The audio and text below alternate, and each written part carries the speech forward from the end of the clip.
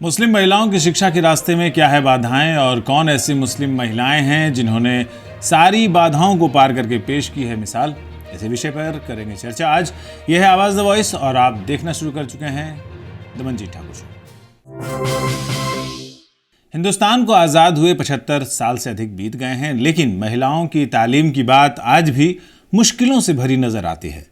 National family health survey के मुताबिक देश में 71% महिलाएं साक्षर हैं, यानी अपना नाम लिख सकती हैं। लेकिन थोड़ा और गहरे जाएं तो महज 41% महिलाएं हैं जिन्होंने 10वीं या उससे अधिक क्लास तक की पढ़ाई की है। खासतौर पर अगर मुस्लिम महिलाओं की बात की जाए तो ये स्थिति और भी बदतर नजर आती है। तालीम के मामले में मुस्लिम महिलाओं की स्थिति भारत में दूसरे समुदायों की महिलाओं की तुलना में कहीं ज़्यादा खराब है। मुस्लिम समुदाय में 25% महिलाओं ने कभी भी स्कूल का मुंह ही नहीं देखा है। 18% महिलाएं ऐसी हैं जो कुछ भी नहीं पढ़ पाती। लेकिन अच्छी बात यह है कि कॉलेजों में जितनी भी मुस्लिम महिलाएं पहुंचती हैं उनका प्रदर्शन पुरुषों के मुकाबले कहीं बेहतर है। आंकड़े बताते हैं कि स्कूल और कॉलेज दोनों ही जगहों पर मुस्लिम लड़कों के मुकाबले लड़कियों की संख्या थोड़ी ज़्यादा होती है। शिक्षा मंत्रालय की UDISE+ की रिपोर्ट के अनुसार 2020-21 में देश भर के स्कूलों में जितने एडमिशन हुए उसमें 14.5% मुस्लिम छात्र थे। स्कूलों में एडमिशन लेने वालों में मुस्लिम लड़कों का प्रतिशत जहां 13% से थोड़ा ज़्यादा था, वहीं लड़कियों में यह आंकड़ा लगभग 15% था। हायर एजुकेशन पर शिक्षा मंत्रालय की रिपोर्ट बताती है कि 2019-20 में देश भर के कॉलेजों और यूनिवर्सिटीज़ में 21 लाख से ज़्यादा मुस्लिम छात्र थे। इसमें से करीब 11 लाख छात्र लड़के और करीब 10.5 लाख लड़कियां थीं।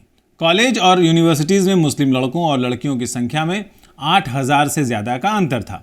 बेशक इस सर्वे में स्कूल नहीं जाने के पीछे कई कारण गिनाए गए हैं, लेकिन इसके पीछे हमारे समाज के दकियानूसी रवैये भी इसके पीछे एक बड़ा कारण है। आज के शो में हम आपको कुछ ऐसी रिपोर्ट्स दिखाएंगे जिनमें लड़कियों ने समाज और परिवार की बाधाओं को पार करके ऊंची तालीम हासिल की है और अपने लिए नाम कमाया है। हालांकि हर बार परिवार बाधा नहीं बनता। कई बार माँ बाप बच्चों की तालीम को लेकर इतने समर्पित होते हैं कि समाज की परवाह न करके भी बेटियों को स्कूल कॉलेज भेजते हैं। मेवात में ऐसी ही कहानी है दिवंगत रियाज खान की, जिन्होंने अपनी 11 बेटियों को ऊंची तालीम दिलवाई और अब उनकी हर बेटी जिंदगी में एक अच्छे मुकाम पर है।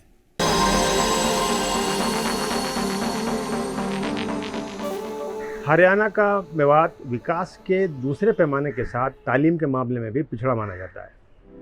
यहाँ की बेटियों की शिक्षा की स्थिति भी अच्छी नहीं है, लेकिन ऐसी स्थिति में भी कई ऐसी मिसालें हैं जो रोशनी की तरह हैं।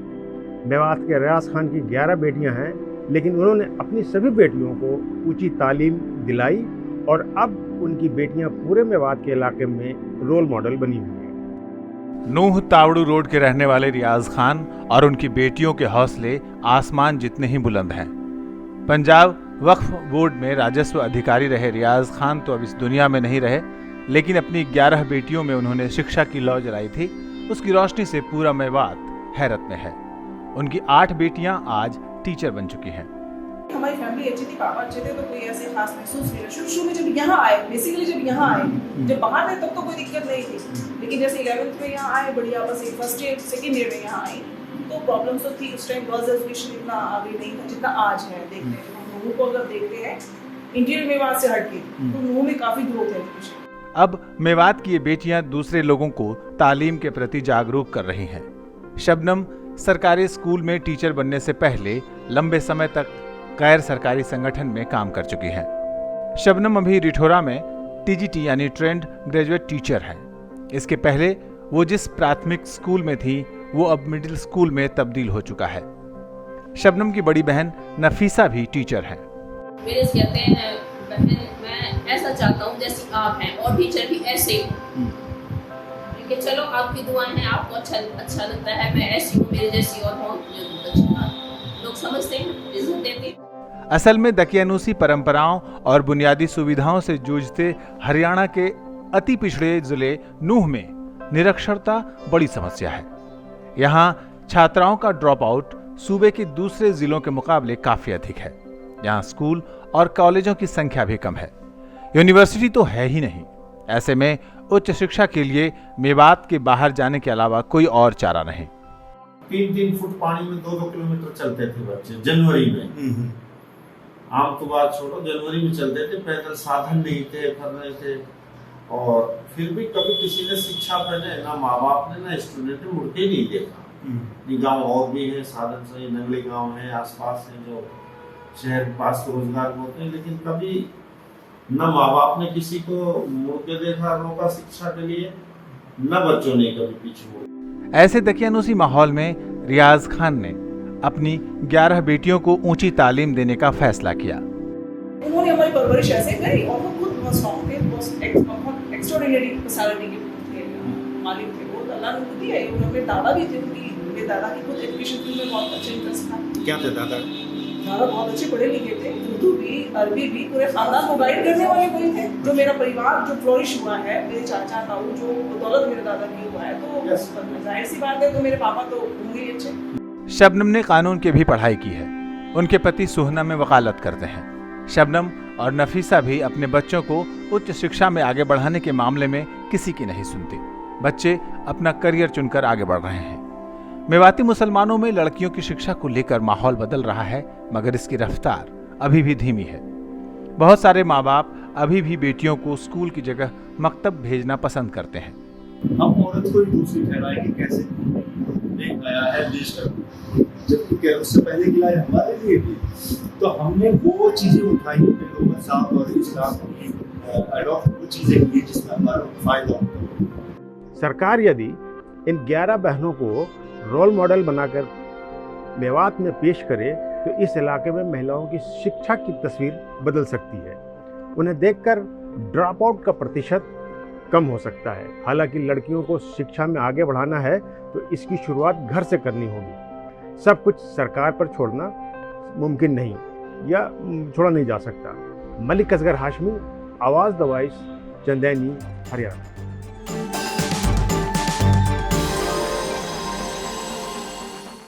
ये मलिक असगर हाशमी थे और ये सिर्फ मलिक असगर हाशमी ही हो सकते हैं। 11 बेटियों को दुनिया में अपना मुकाम दिलवाने के लिए रियाज खान चंदेनी गांव से ताल्लुक़ रखते थे। ये गांव अपने आप में तालीम के मामले में हरियाणा के नूह के लिए रोल मॉडल सरीखा हो सकता है, क्योंकि नूह जैसे पिछड़े ज़िले के इस गांव में 100% साक्षरता है।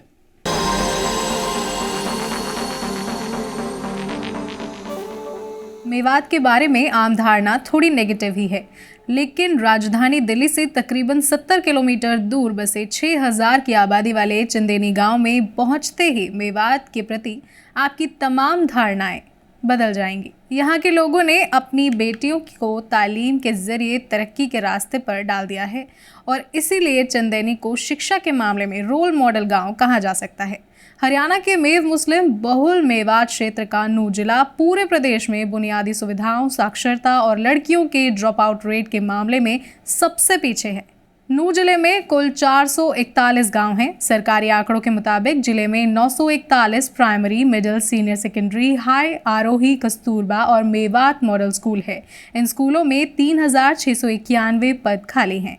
2011 की जनगणना के मुताबिक नूह जिले की साक्षरता दर 43.50 है। शिक्षा विभाग के आंकड़े बताते हैं 2021 से 22 में 6 से 10 साल की 2641 और 11 से 14 साल की 1509 लड़कियों ने स्कूल छोड़ दिया। 2022 से 23 में 999 और 299 लड़कियां ड्रॉप आउट रहीं। लेकिन इन्हीं परिस्थितियों के बीच चंदेनी की बेटियां तालीम के मामले में परचम लहरा रही हैं। यहाँ की कोई बेटी मेडिकल की पढ़ाई कर रही है तो कोई न्यूज़ चैनल में एंकर है। गांव की कई छात्राएं MBA हैं, कुछ अकाउंटेंट के पद पर हैं। गांव की बेटी दिलशाद दुबई की एक MNC में सीनियर एग्जीक्यूटिव भी है। यही नहीं, शामिया आरजू दुबई में अमीरात एयरलाइंस में एरोनॉटिक्स इंजीनियर के पद पर है। शामिया आरजू की शादी पाकिस्तानी क्रिकेटर हसन अली से हुई थी। ये फेहरिस्त बहुत लंबी है। गांव की युवा पीढ़ी नई सोच और नए करियर के साथ आगे बढ़ रही है। चंदेनी के कुछ युवा ब्लॉकचेन और क्रिप्टो करेंसी में करियर तलाशने लगे हैं। अलीशा फैशन डिज़ाइनिंग में करियर बनाने की योजना बना रही हैं। इस गांव में साक्षरता दर 100% है। लड़का हो या लड़की, तकरीबन सभी पढ़ाई में दिलचस्पी रखते हैं। आला तालीम हासिल करके शिक्षा सहित विभिन्न क्षेत्रों में नाम कमाने वाली 11 बहनें भी चंदेनी की ही हैं। वे मेवात के बंद समाज को चीरते हुए अपने बच्चे बच्चियों को अलग अलग क्षेत्र में न केवल आगे बढ़ा रहे हैं, बच्चियों की पढ़ाई का विरोध करने वालों का डट कर मुकाबला कर रहे हैं। कई लड़कियां यहां दीनी तालीम भी हासिल कर रही हैं। यहाँ के मदरसे में लड़कियों को दीनी तालीम के साथ आधुनिक शिक्षा भी दी जाती है। चंदेनी में दीनी शिक्षा से संबंधित एक समृद्ध लाइब्रेरी भी है ताकि इस्लाम को इसके माध्यम से लोग ठीक से जान समझ सके। दीनी तालीम हो या आधुनिक शिक्षा, मेवात के इस गांव ने शिक्षा की ऐसी लौ जलाई है जिससे पूरा गांव इल्म की रोशनी से नहा गया है। मेवात के चंदेनी गांव से मलिक असगर हाशमी की रिपोर्ट, आवाज द वॉइस।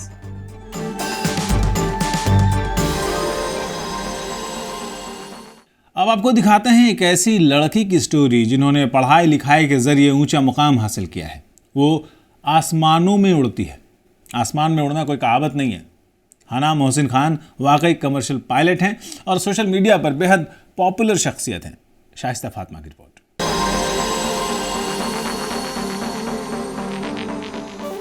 हना मोहसिन खान की उड़ान अब सातों आसमान की सरहदें पार करती है। हना मोहसिन खान इंडियन एयरलाइंस में कमर्शियल पायलट हैं, लेकिन उनका पायलट बनने का सफ़र आसान नहीं था। करियर की शुरुआत उन्होंने पत्रकारिता से की और फिर इवेंट मैनेजमेंट कंपनी भी चलाई और फिर उनकी दिलचस्पी हवाओं में सैर करने की हुई और वे इस मुकाम तक पहुंची। मुस्लिम लड़की की तालीम के रास्ते में कई तरह की चुनौतियां पेश आती हैं, लेकिन हाना ने डटकर सारी चुनौतियों का सामना किया।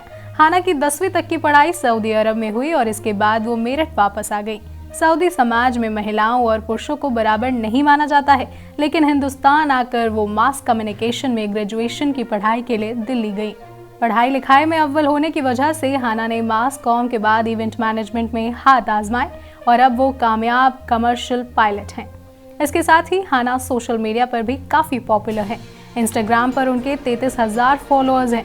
हाना की कामयाबी ने देश की कई मुस्लिम लड़कियों को आसमान के सपने देखने और उन्हें हासिल करने के लिए कड़ी मेहनत करने का जज्बा दिया है। शाइस्ता फातिमा की रिपोर्ट, आवाज द वॉइस।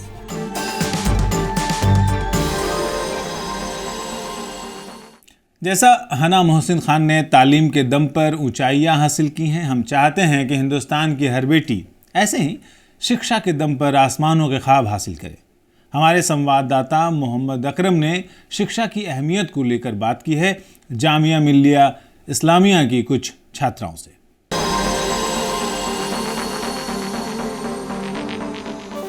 मेरा नाम समरा है। मैं जामिया मिलिया इस्लामिया में साइकोलॉजी पढ़ रही हूँ। मेरा नाम संदली है। मैं जामिया मिलिया इस्लामिया में साइकोलॉजी की छात्रा हूँ। मेरी ऑब्जर्वेशन है कि अभी भी समाज में जितनी लड़कियों को एजुकेशन मिलनी चाहिए थी वो नहीं मिलती। मेरा नाम माहम है और मैं यूपी से बिलोंग करती हूँ। मेरा ऐसा मानना है कि लड़कियों की एजुकेशन को कहीं ना कहीं, अब तो खैर समाज काफ़ी आगे बढ़ रहा है, बट जैसा कि मैं बिहार से हूँ, मैं अपने खुद की फैमिली में देखती हूँ कैसे कंडीशंस में मेरी बुआ बड़ी हुई हैं, मेरी मम्मी बड़ी हुई हैं। मेरी बुआ को 10th के बाद पढ़ाई उनकी रोक दी गई थी, उसके बाद उन्हें नहीं पढ़ाया गया था। उनकी बेटियां भी उनकी जल्दी शादियां कर दी गई थी, 18-20 साल में उनकी शादियां कर दी गई थी। मेरा नाम अलीशा है। मैं जामिया मिलिया इस्लामिया की स्टूडेंट हूँ, फैशन डिपार्टमेंट की। मैंने खुद ने तो नहीं, लेकिन जैसे जैसे मैं अपनी नानी के घर जाती हूँ या अपनी दादी के घर जाती हूँ तो मैंने देखा है वहाँ पे जब औरतों के हुकूक की बात आती है तो वहाँ पे लिमिटेशंस हमारी बहुत रख दी गई। उसके बहुत रीज़न्स हो सकते हैं उसके पीछे। सबसे बड़ा रीज़न मेरे हिसाब से ये है कि जो सोसाइटल कंडीशंस हैं हमारी, वो लड़कियों को लिमिट करती है। लड़कियों को हर तरह की आज़ादी होनी चाहिए। मैं दिल्ली की रहने वाली हूँ, मुझे हर तरह की आज़ादी मिली है, पढ़ाई की, अंदर बाहर जाने की, हर तरह के माहौल की, मतलब किसी भी चीज़ की कोई रुकावट नहीं है। मैं भी सिर्फ इसलिए पढ़ पाई हूँ शायद क्योंकि मेरे पापा दिल्ली आ गए थे, तो उन्हें लगा कि अच्छा मेरी बेटी को इतना मैं बना दूँ कि वो मुकाबला कर पाए, समाज से कमा पाए। अब जैसे मैं अपनी बड़ी बहन का एग्जाम्पल ले लेती हूँ, उनको जॉब करनी थी, लेकिन कुछ हमारे रिलेटिव्स थे जिन्होंने कहा कि क्या ज़रूरत है, हमारा तो ख़ानदान है, तुम्हें जॉब की क्या ज़रूरत है, तुम्हें तो आगे जाके घर ही देखना है। तो यहाँ पे मुझे महसूस हुआ कि अब भी चाहे आप किसी भी ख़ानदान से बिलोंग करते हो, आप चाहे कहीं भी रहते हो, एक माशरे में ऐसा हिस्सा ज़रूर है जहाँ पे औरतों को लिमिटेशंस कर दी जाती हैं। इसी तरह गांव की, देहात की लड़कियों को भी मिलनी चाहिए। वहाँ पर ना तो घर वालों की, मतलब ज़्यादा वहाँ पे जो पेरेंट्स होते हैं वो ज़्यादा पढ़े लिखे नहीं होते हैं, शायद इस वजह से उन लड़कियों को आज़ादी नहीं मिल पाती है, वहाँ का माहौल, वहाँ के स्कूल्स या फिर वहाँ की गवर्नमेंट इस चीज़ पर काम नहीं कर पाती है। तो इसलिए वहाँ के आज का टाइम ये है कि लड़कियों को घर से निकलना ज़रूरी है। लड़कियों को जो एक्सपोजर मिलना चाहिए एज़ कम्पेयर टू मेल्स, लड़कियों को जिस तरीके का एक्सपोजर चाहिए होता है वो उनको नहीं मिल पाता है। तो ये भी होता है कि लड़कियों को एम्प्लॉय नहीं करना चाहते क्योंकि उनकी कंडीशंस थोड़ी डिफरेंट होती हैं। औरतों को घर जल्दी जाना होता है, उनकी सेफ्टी का इशू होता है। फिर कभी कभी ऐसा भी लगता है कि लोगों के दिमाग में ये एम्बेड हो चुका है कि लड़कियाँ वो काम नहीं कर सकती जो मर्द यूजुअली कर पाते हैं। मेरे खानदान में, फैमिली में, समाज में ये मानना है कि लड़की को पढ़ा देंगे तो शायद दहेज मिलेगा, उतना अच्छा दहेज मिलेगा। बिहार में तो वैसे भी दहेज प्रथा का काफ़ी प्रचलन है। तो मेरे को लगता है ये सोच है कि लड़की को जो सिर्फ इसलिए पढ़ाना है क्योंकि हम दहेज उतना दे पाएंगे, हमें दूल्हा उतना अच्छा मिलेगा, वो कहीं ना कहीं सोच ही बुरी है। अब हम हुकूक की ही बात करें, इस्लाम में बहुत सारे हुकूक औरतों को दिए गए हैं, लेकिन अब भी लोग उसको नहीं मानते हैं। जैसे अभी हम मिरास की ही बात कर रहे हैं, औरतों का 1/3 हिस्सा इस्लाम ने फ़िक्स कर रखा है, लेकिन कुछ लोग होते हैं जो देना ज़रूरी नहीं समझते। तो मुझे लगता है कि अब हम जितने टेक्नोलॉजी एडवांस हो रही है, हमारे पास और मीडियम आ रहे हैं वुमेन एम्पावरमेंट के, औरतों का अवेयर करने के, कि उनको अपने राइट्स लेने चाहिए। इनफैक्ट गवर्नमेंट ने भी कुछ स्कीम्स निकाली हैं जहाँ पे उनको राइट टू फ्रीडम है, राइट टू स्पीक बोलने का हुकूक दिया है। तो औरतों को पूरा इस्तेमाल करना चाहिए, और ये नहीं कि अगर वो औरत है तो वो कुछ बोल नहीं सकती, ज़रूर उसको हक देना चाहिए। मेरी माँ को भी इसलिए पढ़ाया गया था, एक टीचर की नौकरी मतलब नाना ने बोला था कि तुम टीचर बनोगी क्योंकि तुम्हारी शादी अच्छे घर में हो जाएगी, इससे तुम्हें अच्छा दूल्हा मिलेगा। मतलब मेरे को ऐसा लगता है कि लड़कियों को पढ़ाने से आप सिर्फ लड़की को नहीं पढ़ा रहे हैं, आप उसकी आने वाली कई जनरेशंस को भी पढ़ा रहे हैं। एक इकोनॉमिकल पर्सपेक्टिव से भी देखा जा सकता है कि जहाँ पे जैसे मैं पढ़ाई कर रही होती हूँ अपने घर पे, मेरी काम वाली की जो बच्ची हैं वो साइड में काम कर रही होती है, वो मेरी ही उम्र की हैं बट वो काम कर रही होती है। तो कभी कभी मुझे ऐसे उसे देख के बुरा भी लगता है, बट मुझे ऐसा लगता है कि जितनी एजुकेशन अभी तक होनी चाहिए थी वो इतना एडवांस नहीं हो पाई है। ऐसा लोग कहते हैं कि बाहर अगर लड़की जाएगी गाँव की तो उसको माहौल ख़राब होगा, वो गंदे माहौल में ढलेगी। ऐसा कुछ नहीं है, वो इंसान के खुद के ऊपर डिपेंड होता है कि उसको कैसा माहौल चाहिए। उसे खुद को अपना माहौल मेंटेन करके रखना चाहिए कि हम ठीक हैं, तो हमें अपने दोस्त अच्छे बनाने चाहिए। मेरी कई ऐसी दोस्त है, कई ऐसी सहपाठियाँ हैं जिनको नहीं मिलता है उतना, जिनके घर वाले उनको उतनी अपॉर्चुनिटीज़ नहीं देते हैं, जिनका सिर्फ ये मानना है कि तुम एक डिग्री ले लो और फिर तुम शादी कर लेना, तुम सेटल हो जाओगी। बट आई थिंक कहीं ना कहीं इस सोच को बदलने की बहुत ज़रूरत है कि लड़कियां भी उतना काम कर सकती हैं जो लड़के करते हैं, हम भी उन्हें बराबर टक्कर दे सकती हैं। मतलब मैं एक अर्बन एरिया से आती हूँ और आई एम 3rd जनरेशन डेलीआइट। मेरे पेरेंट्स और मेरे पेरेंट्स की फैमिली में सब लोग एजुकेटेड हैं, और हमारे यहाँ मतलब मेरी नानी का थोड़ा केस डिफरेंट था, मेरी मम्मा का भी केस डिफरेंट था। उनको ये बोला जाता था कि आपको जॉब नहीं करनी है, you have to look after your family, आपकी यही रिक्वायरमेंट है, आपसे जॉब करना आपके लिए ज़रूरी नहीं है। बट मुझे नेसेसरीली ये बोला जाता है कि तुम्हें बाहर जाके मर्दों का मुकाबला करना है, तुम्हें जॉब करनी है और you have to look after yourself, आपको इंडिपेंडेंट होना है। तो मेरी कंडीशंस बहुत डिफरेंट रही है, मेरा कंपैरिजन मेरी बहनों से नहीं होता, ज़्यादातर मेरे भाइयों से होता है। तो मुझे ये बोला जाता है कि तुम्हें उनसे आगे बढ़ना है, तुम्हें पीछे नहीं रहना है। यही वुमेन एम्पावरमेंट है, और अगर हमें अपने देश को आगे बढ़ाना है तो हमें लगता है कि लड़की और लड़कों को साथ में लेके चलना चाहिए।